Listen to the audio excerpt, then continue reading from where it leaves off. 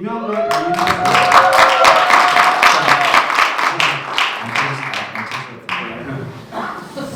자리에 같이 이렇게 뵙게 돼서 영광입니다. 저는 김영대입니다.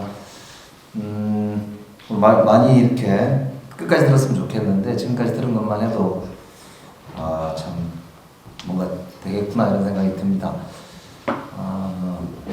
근데 간단히 좀 말씀을 몇 가지 올리도록 하겠습니다.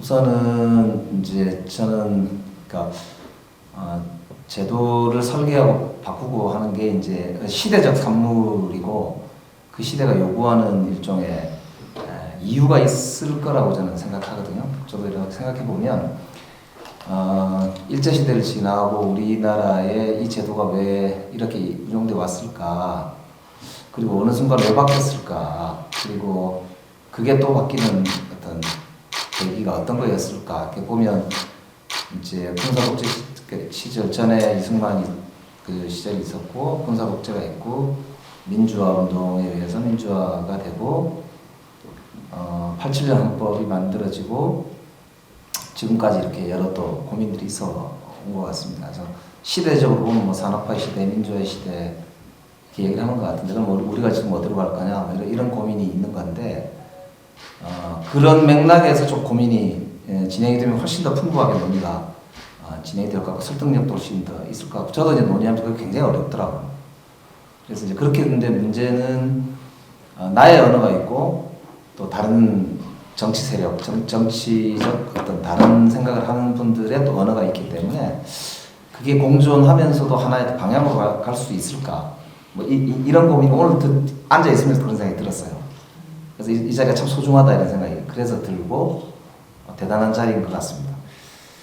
나머지는 뭐 이제 그 각자 생각들이 있으시니까 그런데 이제 제가 생각해 본 거는 그런 생각은 얼핏 들었어요. 그러니까 뭐냐면, 그러니까 1차 대전, 2차 대전 이게 왜 일어났을까 보면 이게 말로 안 되니까 결국 주먹으로 싸우는 거고 양극화 해결이 안 되니까 결국은 그렇게 이제 진행이 됐고 1차 대전 해보니까 또 뭐 부족하다고 생각하니까 더 이제 해가지고 그 길이 이렇게 결정이 돼 온 것 같고 그 뒤로 지금까지도 여러 변화가 세계적으로도 있어 온 것 같거든요. 지금도 세계 질서가 변한다고 하니까 하여튼 그런 와중에 이제 어떤 시대적인 요구가 있는 것인가 이런 것들도 좀 같이 이렇게 한번 다음번 좀 해서 논의를 해보면 훨씬 더 풍부하게 논의가 될 수 있지 않을까. 왜냐면 이제 정개특위 위원들이 저희들이 이번에 출장을 갔다 왔습니다. 그래서 언론에서 일부 뭐 그 예산 민생 팽개치고 갔다 왔다 이런 비판을 하신 분도 있었는데 저희들 나름대로는 이제 특히 저 같은 경우는 나름 단단한 결심을 갖고 있습니다. 그래서 지금은 꼭 바꿀 시기가 되었다. 지금부터 몇 년 안에 이걸 바꾸지 못하면 큰 문제가 생길 수 있다. 이런 이제 생각을 갖고 있기 때문에 그렇습니다. 질문은 다음과 같습니다. 제가 개인적으로 가지고 있는 것. 첫 번째는 이기면 장땡이냐. 두 번째는 30% 대표로 되느냐. 세 번째는 내 편만 국민이냐. 아니면 네 번째는 내 때만 아니면 되느냐. 그러니까 이게 이제 단기주의 이야기입니다. 내 시절만 지나가도록 기다리는 거. 마지막이 숭구리 당당인데 정당 없이 되느냐. 이게 이제 근데 정당도 혼자 한 당이 하는 거는 일당주의지 않습니까? 독재잖아요. 정당 체계가 중요할 텐데 그 이야기입니다. 그래서 요 5가지 질문이 앞에 놓여 있는 질문 같고 이 질문을 이제 공유하는 게 굉장히 저는 필요하다고 생각이 들어서 오늘 왔습니다. 똑같은 말씀인 것 같습니다. 그래서 근데 문제는 이제 앞으로 이런 걸 어떻게 명확하게 공유할 수 있는 언어를 만들어낼 거냐인데 그럼 단적으로 저는 이 선거제도가 그러면 왜 바뀌어야 되느냐 한마디로 정리를 해보라 이렇게 하면 최근에 제가 결론 내린 건 뭐냐면 공정하지 않다입니다. 30% 가지고 90%를 먹기 때문에 이것은 사회경제적으로도 왜 1등만 다 가져가느냐. 그러니까 월드컵에서 만약에 우승한 팀이 있으면 거기가 상금을 다 가져가지는 않지 않습니까? 16강에서 저도 국민들이 좋아하잖아요. 그러니까 이런 질문을 이제 사실 우리가 나누고 쉽게 국민들하고 유통할 수 있어야만 바꿀 수 있을 것 같은데 그 그 능력이 나에게 있느냐. 이게 이제 지금 우리 정개특위가 그걸 해낼 수 있느냐. 의원들도 가장 그게 이제 고민인 것 같습니다.